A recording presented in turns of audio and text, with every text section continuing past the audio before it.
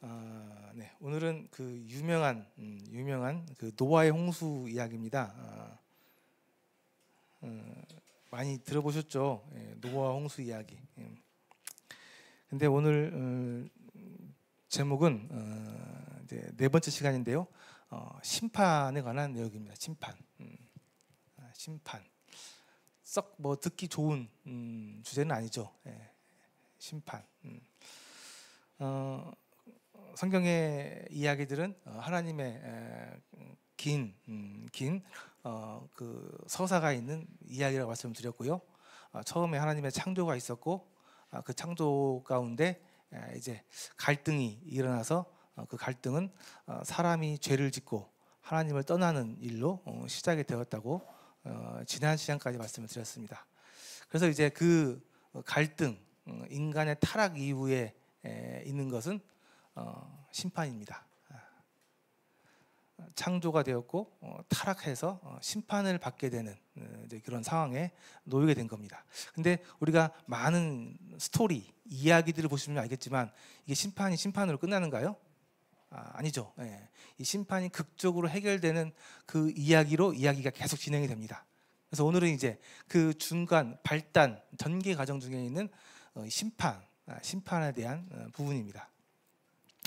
지난 시간에 그 이제 사건이 벌어지는 일들이 있었죠. 하나님과 인간 사이의 관계가 이렇게 깨어지는 그런 이야기가 있었습니다. 그 이야기가 인간의 타락 이야기였고 아담과 하와가 이 사단의 꼬임에 넘어가서 선악과를 따먹게 되는 그 이야기였습니다. 기억나시죠? 조금 복습을 하면요, 그 선악과가 있었죠. 선악과의 역할을 제가 뭐라고 말씀을 드렸죠. 왜 그 아름다운 그 에덴 동산에 선악과가 있어야만 했느냐 말씀을 좀 드렸는데 아마 이해하셨을지도 모르겠고 아니면은 아직은 좀 이해가 좀 마음도 안 될 수도 있을 것 같은데요. 제가 그때 말씀드린 것은 이것은 인간과 하나님 사이의 관계를 이렇게 잡아주는 질서의 역할을 하는 안전장치였다 말씀을 좀 드렸습니다. 하나님과 인간의 그 관계, 그 질서를 잡아주는 그러한 필요한 조치였다 말씀드렸습니다. 이 선악과를 통해서 사람은 사람 자신이 하나님에 의해 창조된 피조물인 것을 기억할 수 있게 하고 그 피조물이기 때문에 이 사람은 하나님 안에서 하나님의 뜻을 따라서 하나님의 그 말씀에 순종하면서 살아가는 것이 사람의 본분이고 그게 가장 사람답게 살아가는 사람다운 모습인 것을 기억하고 행할 수 있게 도와주는 그러한 피조물이었다고 말씀을 드렸습니다. 그렇죠? 그래서 선악과는 필요한 거였고요. 근데 그 선악과를 사람들이 따먹게 되었죠. 하나님 앞에 그 불순종하는 죄를 짓게 되었습니다. 처음에는 그냥 호기심이었지만 그게 나중에 의심으로 이렇게 변질되고 그 의심이 커져서 이제 욕심이 되어서 죄를 짓게 되는 이 사단의 꼬임에 넘어가서 죄를 짓게 되는 그런 모습을 보게 되었습니다. 이렇게 죄를 지은 타락한 인간의 모습의 그 결과는 어떤 모습이었습니까? 이제 자신의 부끄러운 모습을 감춰야만 되는 그러한 안타까운 모습이 되었고요. 또 이 잘못한 것에 대해서 막 누구 책임이라고 책임을 떠넘기는 약간 보기 좀 꼴보기 싫은 이제 그런 아주 좀 추악한 한심한 그런 모습이 되었고요. 결과적으로 하나님의 말씀대로 죽게 되었습니다. 그렇죠? 그래서 성경에는 이 죽음이 두 가지 죽음이 있는데 하나는 영적인 죽음이고 육적인 죽음이 있다고 말씀드렸습니다. 그래서 이미 육적인 죽음은 이제 결정이 되었고 사람의 인간의 생명이 유한한 것으로 결정이 되었고 이제 곧 육체는 죽게 될 위기에 처했고 영적인 죽음 하나님과의 관계의 단절이죠. 일단은 이제 이게 단절이 됐습니다. 그렇죠? 하나님과 예전처럼 아주 친밀한 관계가 될 수 없었습니다. 하나님을 사랑하고 하나님을 기뻐하고 하나님을 좋아하고 하나님 앞에 나아가고자 하는 그런 인간의 그러한 좋은 관계가 깨어져서 이제 하나님을 피해야 되는 그러한 단절의 모습으로 이렇게 결과가 지어졌습니다. 기억나시죠? 그렇게 해서 이제 인간은 아담과 하와는 그 에덴 동산에서 쫓겨났습니다. 그 좋은 곳에 쫓겨났습니다. 그렇죠? 근데 한 가지 기억해야 될 것은 반전이죠. 뭐 복선이기도 하고 하나님께서 쫓아내실 때 그냥 쫓아내는 것이 아니고 가죽옷을 지어서 입히시고 가죽옷을 입혀서 쫓아내셨다는 것. 그것이 제가 기억할 일이라고 말씀드렸습니다. 그래서 하나님은 그들이 잘못했지만 그 잡음을 탄 것에 대해서 그냥 완전히 단절하는 게 아니고 다시 회복할 수 있는, 다시 살아날 수 있는 그러한 여지, 기회를 하나님께서 준비하신다는 것에 대한 복선적인 의미로 이렇게 하셨다는 것을 말씀을 드렸습니다. 그래서 하나님께서는 뭐 나중에 얘기하겠지만 이러한 심판 가운데서, 이 죽음 가운데서 다시 그들을 회복시키는, 살리는, 부활시키는, 심판 속에서 구원시키는 이러한 하나님의 그 은혜, 사랑의 은혜에 대한 그런 부분을 이미 계획하고 계셨고 그것을 진행하실 것으로 이렇게 마음에 생각하셨던 것 같습니다. 그래서 이제 그 이야기가 진행되고요. 그러하여도 어쨌든 이제 죄에 대한 그 결과는 심판이라는 것을 잘 보여주는 사건이 이 노아의 홍수의 사건입니다. 그래서 오늘은 그 노아의 홍수 사건을 통해서 죄에 대한 결과로 하나님께서 이 죄에 대해서 심판하시는 공의한 하나님에 대한 모습과 그 심판 가운데 그들을 그냥 심판 가운데 내버려두는 것이 아니라 회개하고 하나님 앞에 돌아오는 사람들을 구원하는 그 구원의 그 심판, 그 노아의 홍수 가운데 구원의 방주가 있었잖아요. 그죠? 이 심판 가운데 하나님께서 하나님의 자녀들은 다시 그 심판 가운데 구원하는 그 심판 가운데 은혜의 모습, 구원의 모습, 그 모습이 함께 있는 것을 이번 이 노아의 홍수 사건을 통해서 보도록 하겠습니다. 자, 그럼 먼저 창세기 4장에 나와 있는 말씀입니다. 아담과 하와가 이제 에덴 동산에서 쫓겨났습니다. 쫓겨난 이 아담과 하와의 현실을 보여주고 있는 사건이 바로 나온 사건입니다. 이 사건도 굉장히 유명한 사건이라서 잘 아실 거예요. 아담과 하와에게 두 아들이 있었습니다. 가인과 아벨이라는 두 아들이 있었습니다. 4장에 나와 있는 말씀인데요. 아담이 그의 아내 하와와 동침하며 하와가 임신하여 가인을 낳고, 가인이 형이죠. 이르되 내가 여호와를 알며 득남하였다 하니라. 그가 또 가인의 아우 아벨을 낳았는데 아벨은 양치는 자였고 가인은 농사하는 자였더라. 가인과 아벨을 낳았습니다. 근데 여기 보니까 가인은 농사짓는 사람, 그러니까 농부였고요. 아벨, 동생인 아벨은 양을 치는 사람, 목자였던 것 같습니다. 목축업하는 사람이었던 것 같아요. 3절에 보니까요, 세월이 지난 후에 가인은 땅의 소산으로 제물을 삼아서 여호와께 드렸고 아벨은 자기도 양의 첫 새끼와 그 기름으로 드렸더니 여호와께서 아벨과 그의 제물은 받으셨으나. 자, 그 하나님께서 아담과 하와에게 하나님께 제사 드리는 방법에 대해서 말씀해 주신 것 같습니다. 그래서 아담과 하와를 통해서 하나님 앞에는 나올 때는 이러한 제물을 가지고 이런 방법으로 하나님 앞에 제사를 드려야 돼, 이렇게 아마 가르쳐 주신 것 같아요. 그 이후에 이제 그 아벨과 가인도 이 부모님의 교육을 통해서 아마 어떻게 하나님 앞에 제사를 드려야 되는지 알았을 것 같습니다. 근데 여기 보니까 아벨은 양의 첫 새끼와 기름으로 제사를 드렸습니다. 우리는 이 제사에 대해서 익숙하죠. 이스라엘 사람들이 계속 그렇게 제사를 드려왔으니까요. 그런데 가인은 양의 첫 새끼, 양이 아니라 자신이 농사지어서 이렇게 수확한 땅의 소산물, 그러니까 이 농산물로 하나님 앞에 제사를 드렸습니다. 자, 어떻게 생각하세요?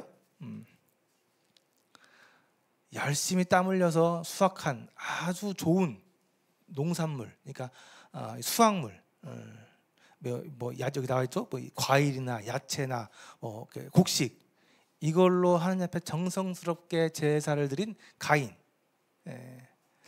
그리고 아벨은 자신이 키운 그 양의 첫 새끼를 통해서 그 새끼와 기름으로 하나님 앞에 제사를 드린 아벨. 근데 어떻게 생각하십니까? 둘 다 잘하지 않았나요? 네.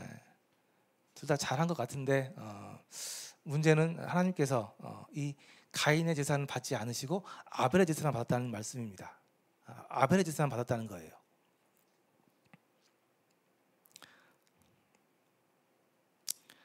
5절에 보니까 가인과 그의 제물은 받지 아니하신지라. 아벨의 제사는 받았는데 가인의 제사는 받지 않았어요. 아마 이게 좀 이런 일이 일어났는데 이것에 대해서 가인이 몹시 분개했다라고 나와 있습니다. 분개하고 안식이 변했다라고 나와 있습니다. 어떻게 생각할지 모르겠지만 여기 보면은 하나님과의 관계 안에 있는 사람과 하나님과의 관계 밖에 있는 사람의 모습이 나와 있습니다. 하나님과의 관계 안에 있는 사람이라 한다는 말은 하나님과의 그 대화 가운데, 하나님과의 그 관계 가운데 하나님 말씀에 순종해가는 사람이고, 그렇지 않은 사람은 하나님 말씀에 순종하지 않고 자기 생각에, 자기 말씀에 순종하는 사람입니다. 그러니까 세상에는 두 종류의 사람이 있는데 하나님 안에서 하나님 뜻대로 사는 사람들이 있고 하나님 밖에서 자신의 생각대로 살아가는 사람들이 있습니다. 가인이 그런 사람이었습니다. 생각은 참 좋습니다. 생각은 참 좋고 선합니다. 그렇죠? 자신이 수확한 정말 좋은 곡식으로 하나님 앞에 드렸는데 안타깝게도 이것은 하나님 뜻과는 맞지 않습니다. 하나님 뜻은 곡식으로 제사를 드리는 게 아니라 동물을 죽여서 그 피와 기름으로 제사 드리는 것이 하나님의 뜻입니다. 하나님의 뜻이 아니죠. 분명 그 한 일은 선하고 좋아 보입니다. 그럼에도 불구하고 이건 하나님의 뜻이 아니에요. 그렇죠. 근데 잘 보면 이것은 하나님의 뜻이 아니라 자기 생각입니다. 자기 뜻입니다. 자기 뜻을 굽히지 않고 자기 뜻을 관철시킨 거예요. 잘 생각해 보세요. 이게 하나님께서 보시기에 용납할 수 없는 겁니다. 그래서 참 이 가인과 아벨은 안타깝게도 갈렸습니다.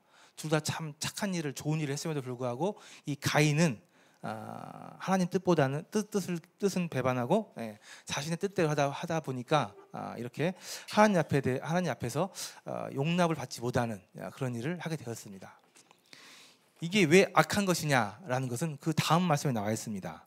이렇게 하나님께서 이것에 대해서 용납하지 않았다고 한다면, 이게 선한 것이라고 한다면 이 가인은 이거 하나님께서 이렇게 하시면 안 받는 거구나. 그러면 내가 내 생각대로 하면 안 되고 하나님 뜻대로 해야 되는 거구나. 나도 이 동생에게 이 양을 받아서 이 양으로 하나님 앞에 제사를 드려야 되는구나. 이렇게 반성하고 하나님 뜻으로 돌아가야 되는 게 맞아요. 그런데 6절에 보면 여기 나와 있는 것처럼 몹시 분개하고 안색이 변했다고 나와 있습니다. 이 마음 자체가 벌써 하나님으로부터 멀어져 있는 거죠. 자기 생각이 맞지 않으면, 자기 생각이 건철이 안 되면은 화가 나는 거고, 이게 좀 자기 이런 분노가 일어나게 되는 겁니다. 이게 악하다는 그게 겉으로는 선해 보이지만 그 안에는 이미 내 뜻대로 하고 싶어하는, 내 마음대로 하고 싶어하는 그 악함에서 출발했다는 그 증거가 이렇게 나타나는 겁니다. 그래서 나중에 여기 나와 있는 것처럼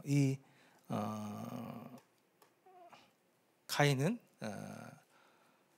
차별당한다고 생각하는 그 마음 가운데 제사를 받는 아벨을 돌로 쳐서 죽이는 그런 일을 하게 됩니다. 8절에 보니까 가인이 그의 아우 아벨에게 말하고 그들이 있을 때 가인이 그의 아우 아벨을 쳐 죽이니라 나와 있습니다. 자, 그래서 우리는 이 가인과 아벨 사건을 통해서 하나님 바깥에서 하나님 뜻과 상관없이 내 뜻대로 하는 것이 왜 하나님 앞에서 악한 것인가에 대해서 한번 생각해 볼 수 있는 겁니다.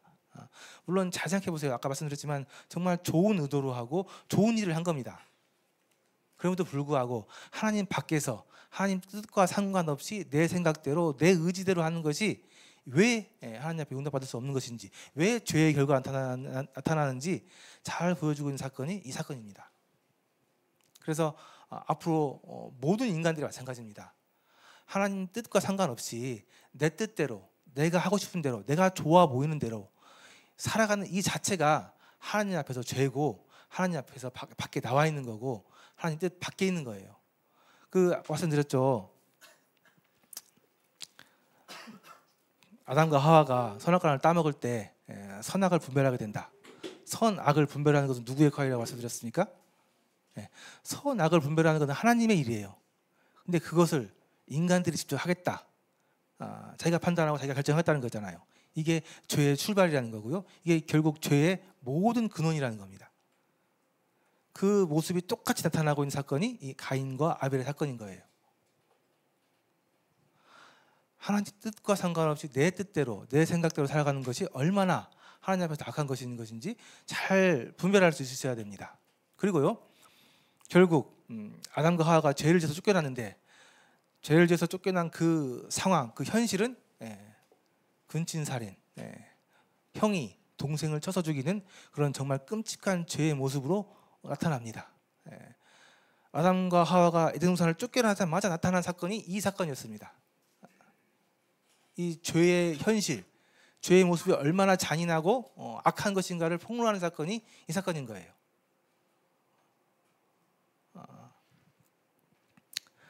그래서 여기 계신 분들 잘 기억하셔야 됩니다. 하나님 뜻과 상관없이 내 생각대로 내 뜻대로 하는 것, 그것이 하나님 앞에서 용납받을 수 없는 죄의 모습입니다. 처음 말씀드렸죠. 사람은 하나님 안에서 하나님 뜻대로 하나님 앞에 순종해 가면서 하나님과 함께 살아가는 것이 가장 인간다운 모습이고 가장 행복한 사람의 모습이고, 그게 원래 창조된 목적이고 창조된 그 모양이라는 것에 대해서 말씀을 계속 드렸습니다. 근데 그것이 지금 깨지고 있는 것이 인간의 타락 모습인 것이죠. 이런 인간의 타락의 모습이 계속 이어졌습니다. 6장에 보니까요, 사람이 땅 위에 번성하기 시작할 때 이제 아담과 하와를 통해서 많은 사람들이 태어나고 그 사람들이 번성해서 사람들이 많아졌는데요, 번성하기 시작할 때 그들에게 딸들이 나니 하나님의 아들들이 사람의 딸들의 아름다움을 보고 자기들이 좋아하는 모든 여자를 아내로 삼는지라. 여호와께서 이르시되 나의 영이 영원히 사람과 함께하지 아니하리니 이는 그들이 육신이 됨이라. 죄악된 인간들의 모습, 이 모습이 발전하면서 수많은 사람들이 생겼고 그 수많은 사람들이 많은 죄악을 지으면서 살아가는 모습을 6장에서 보여주기 시작합니다. 근데 여기 보면 하나님의 아들들과 사람의 딸들이라는 표현이 나와 있습니다. 이게 이제 뭐 신학적으로 말이 많습니다. 근데 신학적인 그런 의미는 다 넘어가고, 그 많은 사람들 중에 하나님의 아들들이 있었고 사람의 딸들이 있었다는 겁니다. 창세 이후로 그 창세 이후로 지금까지 또 앞으로도 그러겠지만 인류는 두 가지의 부류의 사람들이 있습니다. 하나님의 아들들이 있고요, 사람의 딸들이 있습니다. 무슨 말인지 감이 오시죠? 조금 이따 보면 족보에 나와 있습니다. 아담의 후손들 중에 보면 아벨을 죽이고 떠나서 성을 짓고 살기 시작한 가인의 족보가 쭉 나오고요. 여기는 이제 하나님과 상관없이 자기 스스로 살아가는 사람들의 족보입니다. 그리고 아담의 족보에서 아벨이 죽은 이후에 셋이라는 아들을 하나님께서 주셨는데 그 셋을 통해서 하나님과 함께 살아가는 그 사람들의 족보가 쭉 나옵니다. 창세기에 보면 족보가 그 두 가지 족보가 나와요. 두 가지 족보가 얘기하는 것은 뭐냐면은 아담 이후로 사람들은 두 종류의 사람이 있었다는 거예요. 하나님 안에서 하나님 뜻대로 살아가는 사람들이 있었고, 하나님 밖에서 하나님의 뜻과 상관없이 자기의 생각대로 자기의 뜻대로 살아가는 사람들이 쭉 있었다는 겁니다. 그 인간들, 그 두 종류의 인간들에 대한 모습이 쭉 나와 있는 게 창세기에 있는 말씀들이고요. 여기에는 하나님의 아들들과 사람의 딸들로 표현이 되어 있습니다.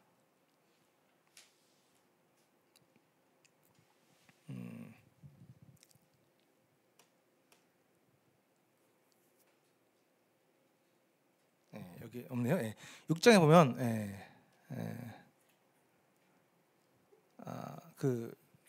지금 뭐 시간이 없으니까 그 족보 한번 나중에 보세요. 그 셋의 족보가 있고요, 가인의 족보가 있습니다. 근데 이제 이 가인의 족보는 하나님으로부터 떠나서 스스로 자기들의 힘으로 자기 뜻대로 살기 위해서 성을 짓고 살아가는 사람들이에요. 또 자신들을 위해서 살아가는 사람들입니다. 그 족보가 쭉 있고요. 이 셋,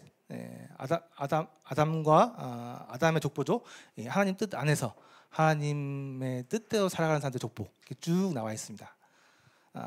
그래서 이 두 족보를 보여주고요. 근데 문제는 뭐냐면은 여기 하나님의 아들들 이게 하나님 뜻대로 살아가는 사람들이 사람의 딸들과 합해지기 시작했다는 겁니다.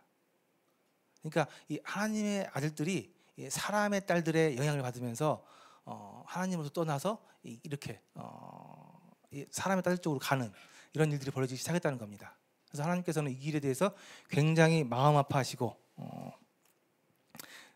6장 5절 7절에 보니까요. 여호와께서 사람의 죄악이 세상에 가득함과 그의 마음으로 생각하는 모든 계획이 항상 악할 뿐임을 보시고 땅 위에 사람 지으셨음을 한탄하사 마음에 근심하셨다라고 나와 있습니다. 안타깝게도 갈수록 하나님의 뜻 밖에서 살아가는 사람들이 많아졌습니다. 그리고 그 많아진 하나님 뜻대로 살지 않는 사람들의 딸들의 그런 모습들이 강해졌고 그 하나님의 아들들까지도 이 사람의 딸들의 영향을 받으면서 하나님을 떠나는 이런 일들이 참 벌어지고 있었고요. 이것에 대해서 하나님께서 보시기에 세상에 죄악이 가득했다라고 표현하고 있고요. 사람들 마음 가운데 항상 악할 뿐만 아니라 그 마음에 생각하는 계획까지도 다 악했다라고 표현하고 있습니다. 하나님 입장에서 정말 굉장히 가슴 아픈 거죠. 이 사람들이 하나님으로부터 자꾸 벗어나서 자꾸 그 잘못된 죄악의 길로 들어서고 죄를 지으면서 망해가고 있는 죽어가고 있는 그런 모습들을 보면서 굉장히 마음이 아프셨고요. 이것에 대해서 하나님께서 심판을 계획하시고 결정하십니다.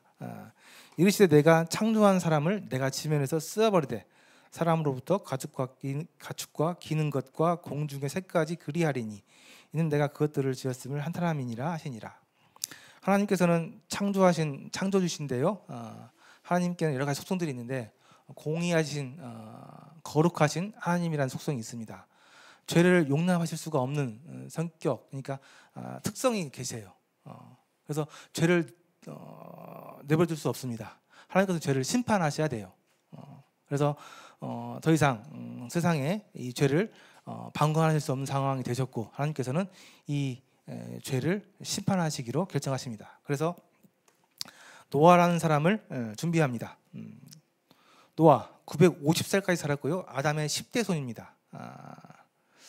아담이 죽고 나서 126년 정도 지나서 태어난 사람입니다. 이 사람이 나중에 아브라함과는 50년을 함께 삽니다. 특이하죠. 나중에 아브라함이라는 사람과 50년을 함께 살아요. 정말 옛날 사람인 것 같은데 그 당시 사람들이 오래 살았기 때문에 하나님께서는 이 노아라는 사람을 준비합니다. 이 노아에 대한 하나님의 평가는 이렇습니다. 세상에 참 죄악이 관영하고 다 갈 뿐이었는데 그러나 노아는 여호와께 은혜를 입었더라. 8절에 그랬습니다. 8절에 여호와께 은혜를 입었더라. 9절에 보니까요. 노아는 의인이요 당대의 완전한 자라. 그는 하나님과 동행하였다. 잘 보십시오. 하나님과 동행했다고 나와 있습니다. 하나님 뜻 안에서 하나님과 함께 살아갔다는 거예요. 하나님과 동행했다는 겁니다. 그러니까 그 앞에 그 뒤에 보니까 동행했다 나와 있죠. 그 앞에 보니까 완전한 자라고 표현하고 있습니다. 하나님과 동행하는 사람은 완전한 자다라고 표현하고 있어요. 그죠? 그것도 앞으로 좀 더 가면은 그 완전한 자는 노아는 의인이다라고 얘기하고 있습니다. 그죠? 그러니까 이 노아는 그 당시에 수많은 죄 많은 사람들과 비교해서 하나님과 동행하는 사람이었습니다. 하나님과 동행하는 사람을 하나님께서 뭐라고 하셨어요? 당대 완전한 자라고 얘기를 했습니다. 그 완전한 자가 하나님께서 또 뭐라고 그러셨어요? 또 앞에 의인이라고 했어요. 의인. 잘 기억하십시오. 하나님과 동행하는 완전한 자가 노아, 의인이었습니다. 자, 그런데 8절에 뭐라고 나왔습니까? 이 노아가요 여호와께 은혜를 입었다라고 나와 있습니다. 자, 노아가 의인이어서 은혜를 입었습니까? 아니면 노아가 은혜를 입어서 의인이 되었습니까? 잘 생각해 보세요. 우리는 여기서 정말 중요하게 보셔야 되는데요. 하나님과 동행하는 사람, 수많은 사람들이 자기 뜻대로, 자기 생각대로 하고 싶은 대로 살아가는데 그런 사람들과 다르게, 그러나 노아는 다르게 하나님과 동행하는 사람이었습니다. 하나님과 동행했다는 얘기는 하나님의 뜻대로 살아가는 사람, 하나님과 함께 살아가는 사람이었습니다. 이러한 사람을 하나님께서 완전한 자다, 노아는 완전한 자다라고 표현하셨고요. 그 노아는 의인이다라고 얘기하셨습니다. 그렇죠? 예. 이 노아가 완전한 자고 의인이었습니다. 이 노아가 하나님과 동행하는 사람이었어요. 하나님과 동행하는 사람이었어요. 하나님과 동행하는 것이 얼마나 중요한 것인지 아시겠죠? 예. 근데요, 잘 보시면요, 노아가 하나님께 은혜를 입었기 때문에 의인이 되었고 완전한 자였고 하나님과 동행하게 되었습니다. 여기 보면은요, 무엇이 먼저인지, 하나님과 동행하기 위해서는 무엇이 필요한지 잘 나와 있습니다. 우리가 착해서요? 우리가 뛰어나서요? 우리가 좀 예쁘게 생겨서 의인이고 완전한 자고 하나님과 동행하는 사람들이 아닙니다. 그렇죠? 우리는 하나님께 은혜를 입었기 때문에 우리는 의인이고 완전한 자고 하나님과 동행하는 사람들입니다. 그래서 하나님 앞에 하나님께 은혜를 받는 것이 먼저고 가장 중요한 거예요. 그죠? 여기 계신 모든 분들이 의로워지고 완전해지고 하나님과 동행하기를 바랍니다. 근데 이게 어떻게 이루어진다고요? 하나님께 은혜를 받으셔야 됩니다. 입으셔야 되는 거예요. 그래서 저희는 매번 기도합니다. 여기 계신 모든 분들이 하나님의 은혜를 받을 수 있도록, 하나님으로부터 믿음을 받을 수 있도록, 하나님으로부터 성령님을 받을 수 있도록 기도하고 있습니다. 이 일이 여러분들 가운데 이루어져야 여기 계신 모든 분들이 하나님 앞에 의인이고 완전한 자고 하나님과 동행하는 삶을 살아갈 수 있습니다. 그래서 여기 계신 모든 분들은 내가 그냥 의인이 될 거야, 완전한 자가 될 거야, 막연하게 생각하는 게 아니고 하나님과 동행하는 삶을 살아야겠다, 하나님과 동행하는 그런 사람이 되어야겠다라는 소원을 품으셔야 되는 거예요. 단순히 그냥 요즘 뭐 구원 얘기하니까요, 구원 하나 딸랑 받고 끝나는 게 아니에요. 그게 하나님께서 원하시는 게 아닙니다. 그건 그냥 그 결과의 모습일 뿐이고, 하나님께서 원하시는 것은 여기 계신 모든 분들이 하나님 안에서 하나님과 함께 동행하는 것, 하나님과 함께 살아가는 것, 하나님의 뜻 안에서 안전하게 살아가는 것, 그것이 하나님의 뜻입니다. 이것을 구원이라고 얘기하고 있고요. 근데 이것을 하나님께서 우리에게 은혜로 주시는 겁니다. 자, 그래서 어쨌든 노아는 그런 사람이었습니다. 당대의 의인이었고 완전한 자였고 하나님과 동행하는 사람이었습니다. 하나님께서 이 노아를 통해서 심판 가운데 구원을 계획하셨습니다. 그래서 잘 아시는 것처럼 노아가 산 꼭대기 위에서 배를 만들었습니다. 노아의 방주, 그 유명한 노아의 방주. 이 노아가 이 배를 몇 년이나 만들었을까요? 한 10년 만들었을까요? 한 20년 만들었을까요? 보니까 뭐 정확하지는 않은데 약 100년 정도 만들었다고 보입니다. 그러니까 100년 동안 산 위에서 배 만들고 있었던 거예요. 이게 별거 아닌 것처럼 보이죠? 잘 생각해 보세요. 이 당시 때는 비가 안 왔습니다. 비가 안 왔어요. 근데 이 노아가 갑자기 곧 있으면 비가 내려서 여기가 다 물에 잠길 거야. 그러니까 살려면은 배를 만들어서 배에서 들어가야 돼. 그렇게 얘기를 하고 산 꼭대기에 올라가서 100년 동안 배를 지었습니다. 사람들이 저 노아를 뭐라고 얘기했을까요? 와, 그 기분을 여러분들 느껴보셔야 되는데, 제가 요즘에 그 친하게 지내는 형이 하나 있어서 사무실에서 이제 사무실 통화는 좀 어렵고 이제 그 메시지로 대화를 좀 자주 하는데, 형 죽으면 아무것도 없을 것 같아? 죽으면 끝날 것 같아? 얘기하는 거 야 당연히 끝나지, 당연히 아무것도 없지. 정말 저를 막 이상한 사람 취급하면서 무슨 뭐 사이비 취급하면서 얘기를 하는데 또 너와 똑같아요. 너와 똑같아. 지금 그 당시 때 이 많은 사람들로부터 말도 안 되는 일을 하고 있다. 제 정신이 아니다. 그런 소리를 듣고 100년 동안 배를 만든 거예요. 그러니까 솔직히 얘기해서 그 뭐 노아야 그렇다 치지만 노아의 가족들은 또 무슨 죄예요? 아빠가 하니까 따라서 하긴 하는데 얼마나 그 많은 그런 100년 동안 이게 물론 노아가 이게 배 만드는 일도 쉬운 일은 아니지만 그 다른 사람들로부터 받게 되는 그런 시선들, 그런 또 비난들 많이 있었겠죠. 그러나 하나님께서는 왜 100년이나 이 배를 짓게 했을까요? 이미 심판 결정했습니다. 이미 심판을 결정했어요. 결정하셨는데 심판 유예 기간을 100년을 주신 거예요. 왜 그랬을 것 같아요? 네. 경고를 받아들여라. 경고를 받아들이고 깨닫고 돌아와서 배에 타면 살 수 있다. 살 수 있는 기회를 주신 거란 말입니다. 그렇죠. 100년을 주신 거예요. 100년을.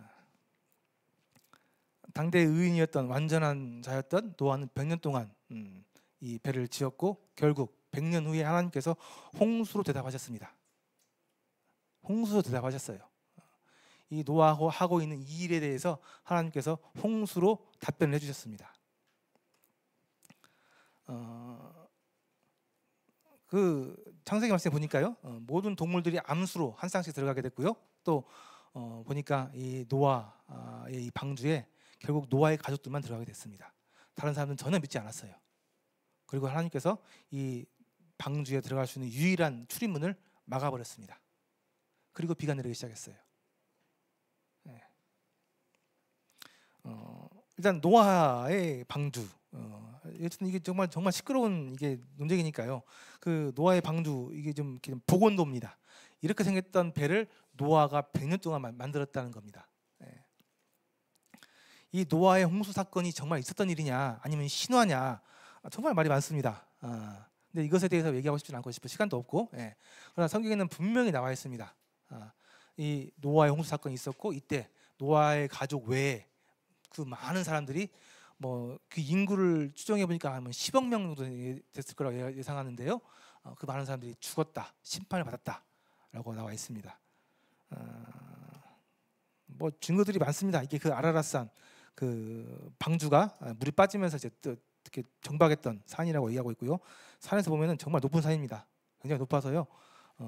사람들이 뭐 장비 없이는 올라갈 수 없는 그런 산이고요.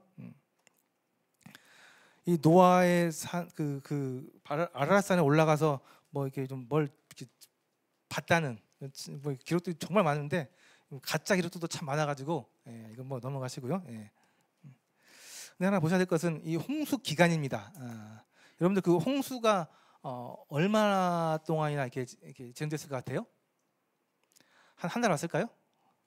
한 2달, 3달 왔을까요? 보니까요 40일 동안 비가 내리고 150일 동안 배가 둥둥 떠다녔고 150일 동안 물이 조금씩 빠지기 시작했고 결국 1년이 지나서 그 모든 물이 다 말랐다고 성경에 나와 있습니다. 성경에 그러니까요 그냥 단순하게 홍수가 일어나서 사람들이 죽었다라고 끝난 게 아니고요, 시간대별로 이걸 자세하게 그렇게 나왔습니다. 며칠 날까지 보면은 며칠 날에까지는 뭐 비가 그쳤고 그다음에 떠다녔고 그다음에 물이 빠지기 시작했고 산봉우리가 보이기 시작했고 비둘기를 내보는데 비둘기가 나뭇잎을 가지고 돌아왔고 이렇게 한 어떤 자세한 내용들이 성경에 잘 나와 있습니다. 이게 그냥 단순한 신화면은 굳이 이렇게까지 할 필요 없잖아요. 성경에는 이렇게 자세히 나와 있습니다. 그래서 이 당시 때 모든 지구가 물에 완전히 잠겼던 것으로 이렇게 보이고요. 하늘에 있었던 궁창에 있었던 물이 쏟아질 뿐만 아니라 땅 속에 있었던 지하수까지 터지면서 이 아래 위에 있는 물이 다 그냥 나오면서 전체가 덮였고 약 150일이 넘는 그 1년 정도 되는 시간 동안 지구가 자전하면서 이 지구의 물 속에 있었던 흙이 그냥 다 섞여서 이렇게 막 진흙탕공 됐던 것으로 보이고요. 그 증거를 자세히 보여주고 있는 것이 이제 그랜드 캐년.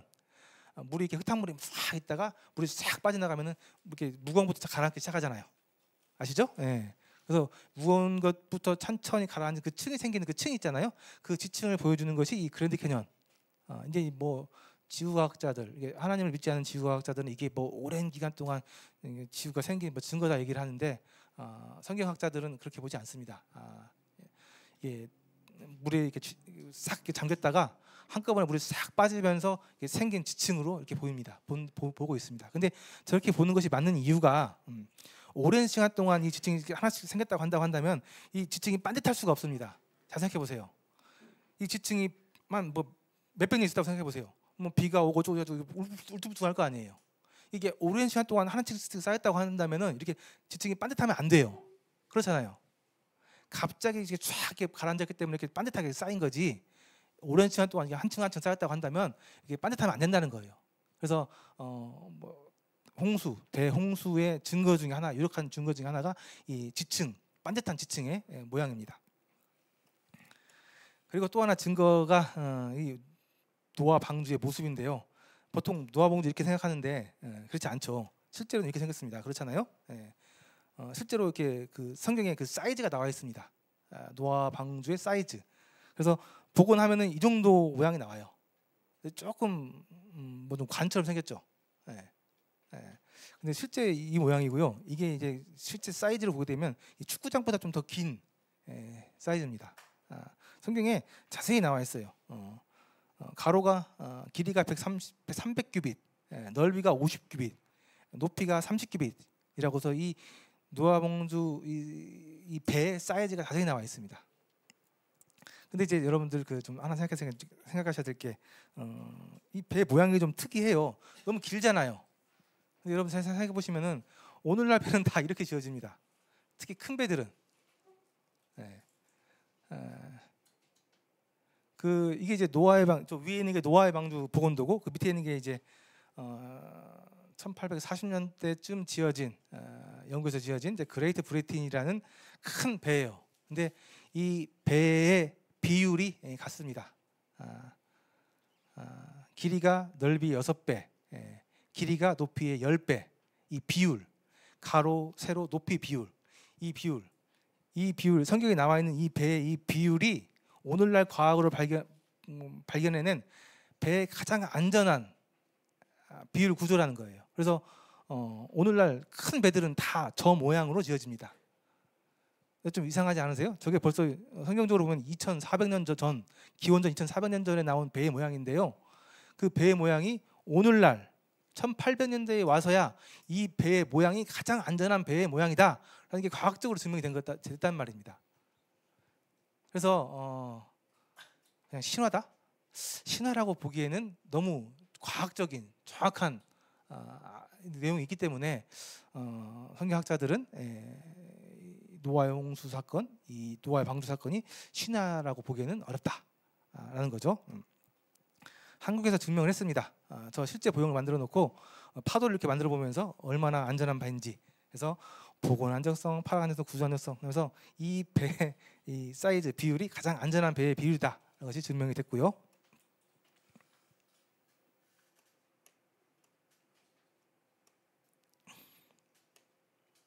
또 하나 이 노아 홍수가 신화가 아니라는 여러 가지 증거 중에 또 유력한 증거 중에 하나는 이 노아 홍수 사건에 대한 이야기들이 전 세계에 다 있다는 겁니다.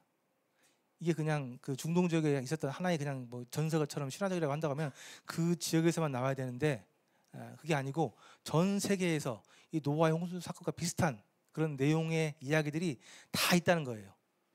사람들이 한 신 앞에서 죄를 지어가지고 신이 세상을 심판하기로 하고 비가 와서 물이 가득 차고 배를 만들어서 떠다니다가 내려와서 살아나는 이 일의 사건들이, 이 이야기들이 이 중동에만 있는 게 아니고 전 세계에 많이 퍼져 있는 내용이라는 겁니다. 그래서 이게 그냥 단순하게 한 지역에서 있었던 신화다, 지어낸 이야기다라고 보기에는 많은 무리들이 있다. 입니다. 그래서 노아 홍수 사건에 대해서는 어쨌든 말이 많으니까요. 나중에 혹시 또 뭐 기회가 되면 더 자세히 얘기할 수 있을지 모르겠지만 어쨌든 성경에는 분명히 이 노아 홍수 사건이 있었고 이때 하나님의 이 죄에 대한 대대적인 심판이 있었다라는 것이 성경의 기록입니다. 이게 이제 그 아메리카 지역에서 발견된 그 토판에 나와 있는 그 신화 이야기인데요. 노아 홍수 사건과 거의 똑같습니다. 자, 히브리서 보면요, 히브리서 11장 7절에 보면은 믿음으로 노아는 아직 보이지 않는 일에 경고하심을 받아 경외함으로 방주를 준비하여 그 집을 구원하였으니 이로 말미암아 세상을 정죄하고 믿음을 따르는 의의 상속자가 되었느니라. 아까 말씀드렸죠. 세상에는 두 종류의 계보가 있다고 말씀드렸습니다.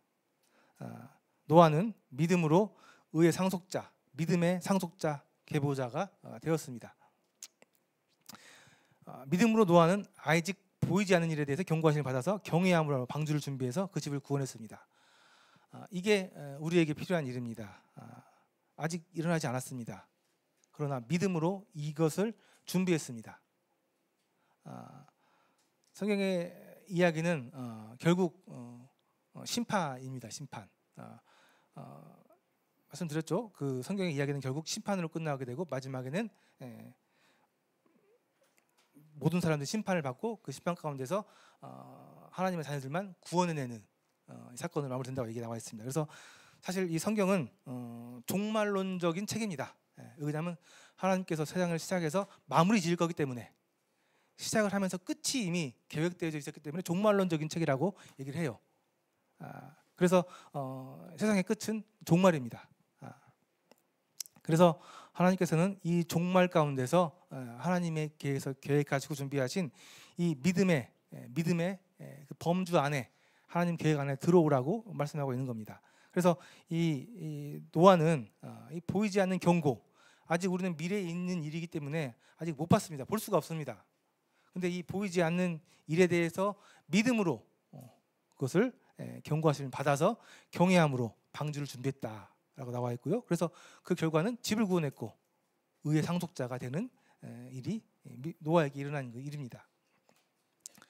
그래서 저희는 지금도 이야기합니다. 심판은 이미 결정되었다, 선고되었다.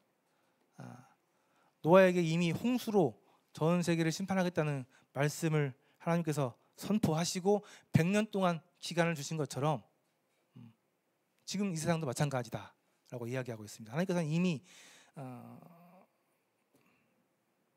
다시 오시겠다는 그분의 그 약속을 통해서 이 세상의 마지막에 대해서 이미 선고를 하셨습니다. 그 선고 안에 이제 살아날 수 있는 방법, 구원받을 수 있는 방법은 노아의 방주, 그 방주 안에 들어가는 것, 주님 안에 믿음으로 들어가는 것에 대해서 얘기를 해주셨습니다. 그래서 여기 계신 모든 분들이 오늘 이 말씀을 듣는 이유는 이 노아처럼 믿음으로 이 방주에 들어가시기를, 얘기한 것처럼 하나님과 동행하는 삶을 살면서 의인이 되기는, 완전한 자가 되는, 여기 나온 것처럼 구원을 받는, 그리고 의의 상속자가 되는 이 일이 여러분들에게 필요한 일이라고 이야기하고 있습니다. 구약에 나와 있었던 이 모든 사건들은 앞으로 일어날 일들에 대한 예표, 가상에 미리 얘기해주는 이야기들입니다. 하나님께서 이 정말 어마어마한 끔찍한 이 심판, 이 홍수를 말씀하신 것은 무엇이냐 하면은 나중에 진짜로 정말 이것과는 비교가 안 되는 대대적인 심판, 더 이상 구원이 없는 마지막 기회인, 정말 이제 모든 것이 끝나는 진짜 마지막 심판이 있다는 것에 대해서 미리 예표적으로 보여주기 위해서 그런 노아의 홍수 사건을 보여주셨다라는 겁니다. 그래서 우리는 노아 홍수 사건을 통해서 앞으로 이 일과 같은 하나님의 심판이 곧 우리에게 임한다는 사실을 기억해야 한다라고 성경은 얘기하고 있는 겁니다. 마태복음 24장에 보니까요, 그러나 노아의 때와 같이 인자의 임함도 그러하리라.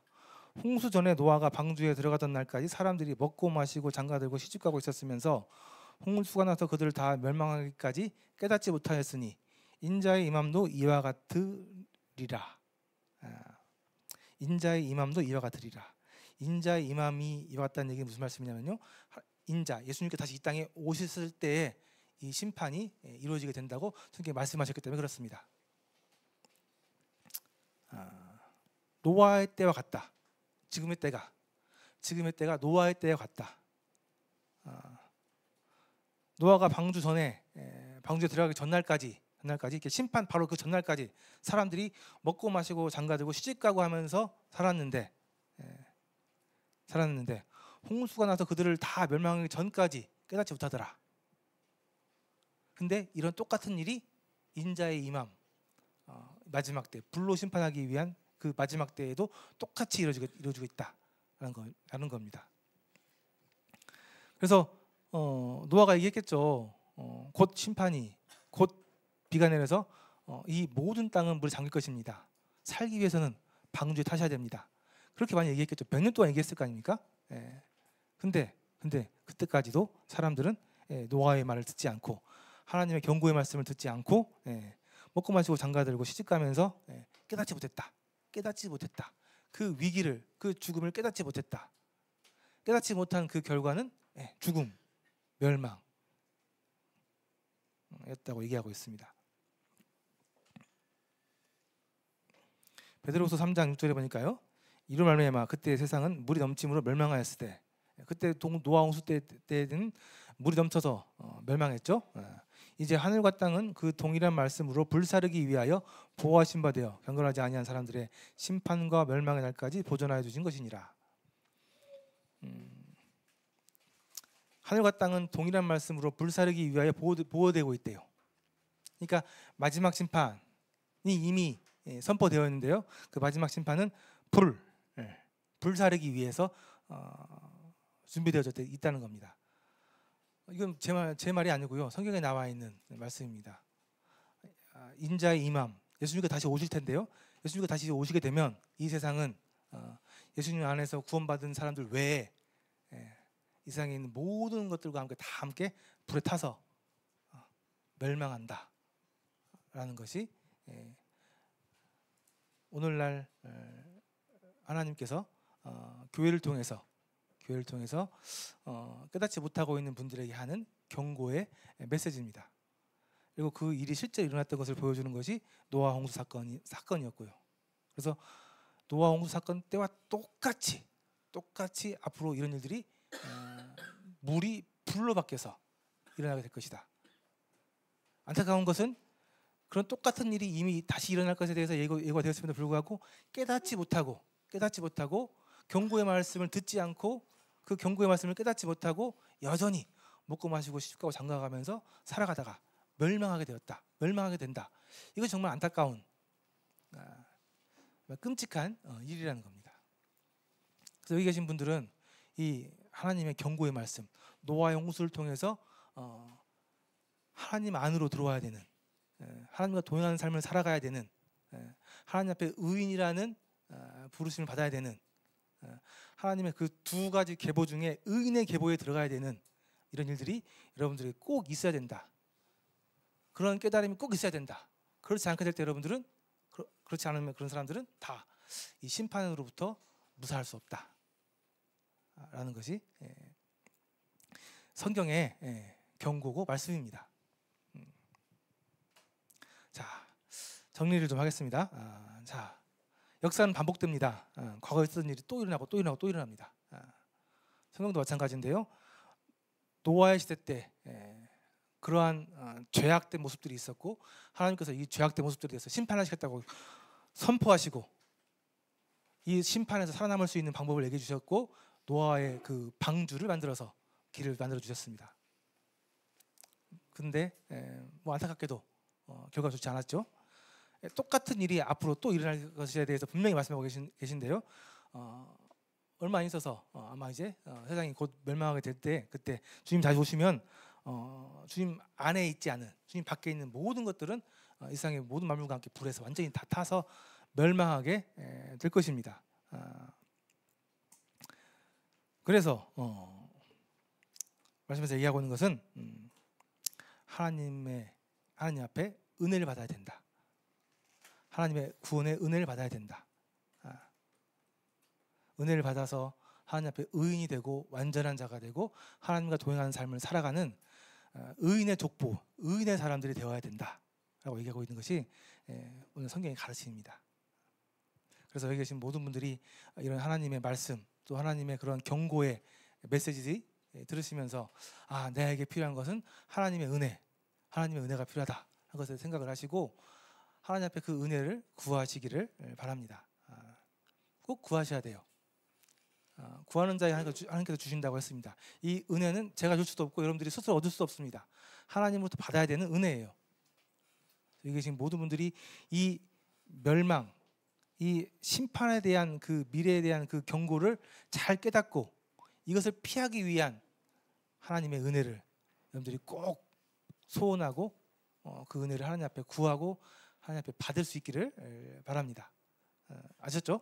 예, 그래서 저희도 기도하는데요. 여기 계신 모든 분들이 스스로 하나님 앞에 엎드려서 이 은혜를 간절하게 구하셔서 이 예비되어져 있는 이미 선포되어 있는 이 심판을 피하는 이 방주에 꼭 타실 수 있기를 바라겠습니다.